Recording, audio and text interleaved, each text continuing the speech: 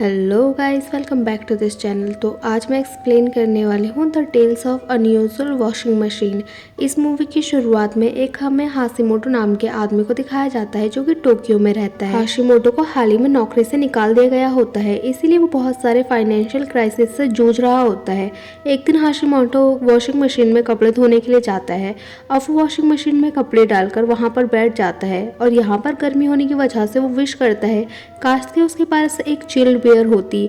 तभी वहाँ पर एक वॉशिंग मशीन में कुछ गिरने की आवाज़ आती है। जब जाकर वो देखता है तो वहाँ पर एक बियर का कैन होता है।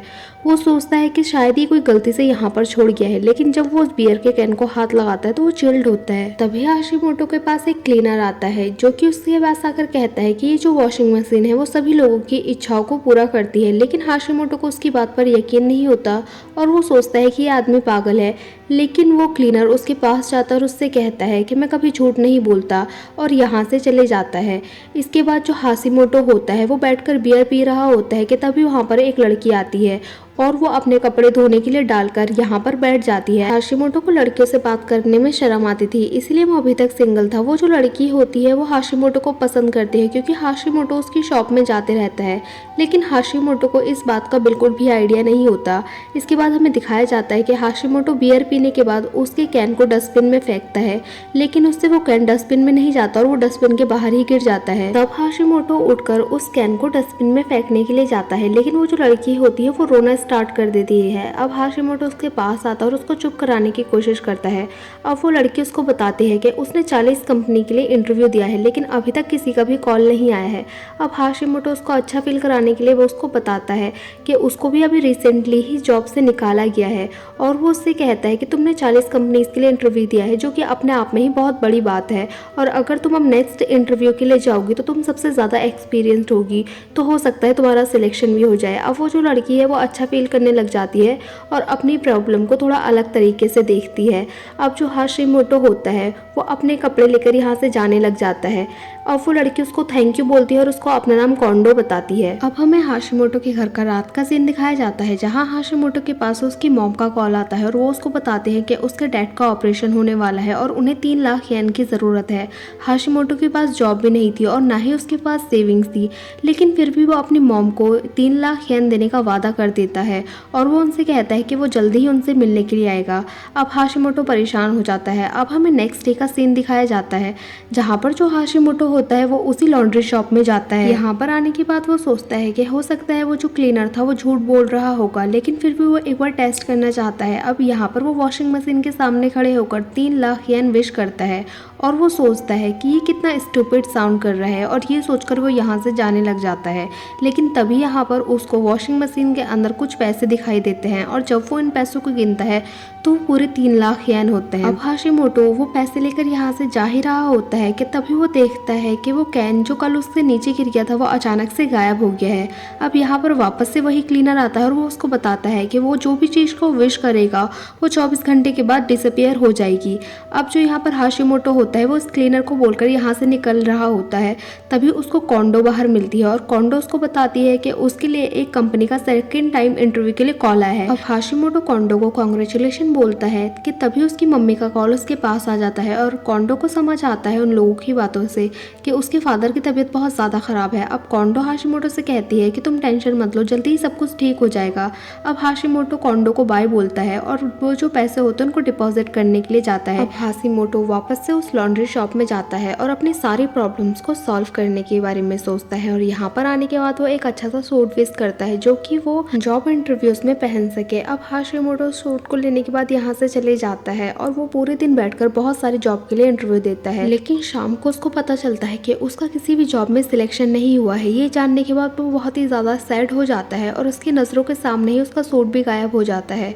अब हाशिमोटो को सडनली एक आइडिया आता है और वो सोचता है कि अब तो उसके पास पैसों का अनलिमिटेड सोर्स है, तो उसको जॉब करने की क्या ज़रूरत है, और वो सोचता है कि अब मैं अपनी लाइफ को बस इंजॉय करूँगा। इसके बाद हमें नेक्स्ट डे का सीन दिखाया जाता है, जहाँ पर हाशिमोटो वापस से उस लॉन्ड्री शॉप में जाता है और वहाँ पर जाने के बाद वो उस मशीन से एक बहुत ही कॉन्फिडेंट लड़की को विश करता है।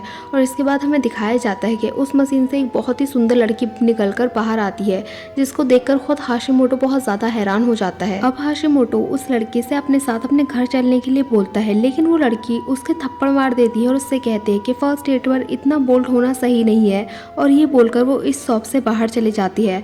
अब हाशिमोटो को अपनी गलती समझ आती है और वो वापस से मशीन के आगे जाता है और इस बार वो एक बहुत ही सुंदर, सुशील और संस्कारी लड़की को विश करता है जो कि उससे प्यार भी करती हो।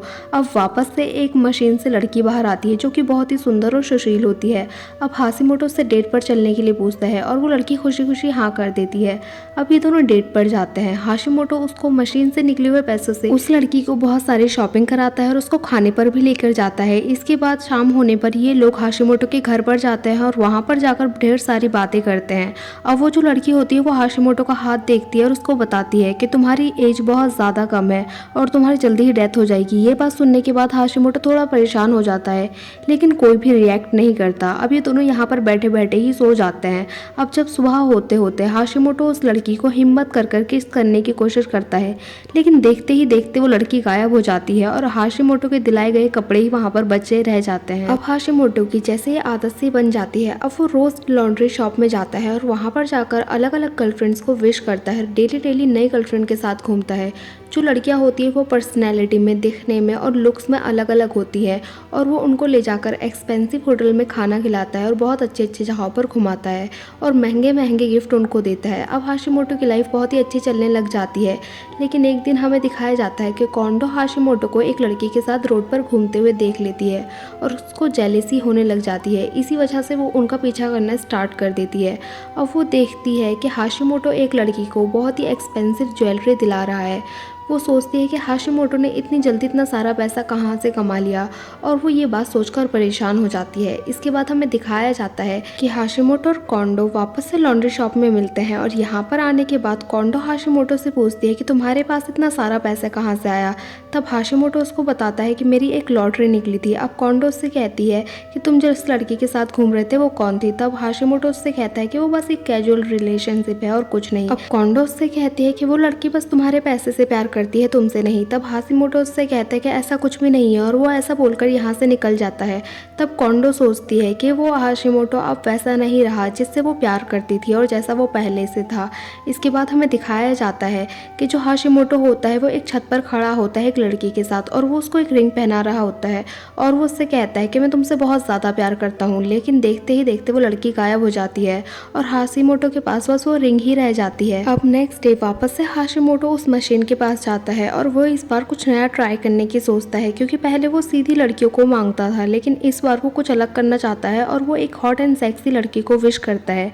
तभी मशीन के अंदर से एक बहुत ही सुंदर हॉट सी लड़की बाहर आती है। हाशिमोटो खुद भी उस लड़की को देखने के बाद थोड़ा नर्वस हो जाता है, लेकिन इसके बाद हमें दिखाया जाता है कि ये दोनों आपस में फ्लर्ट कर रहे होते हैं। तभी कोंडो इन दोनों को बाहर से देख लेती है।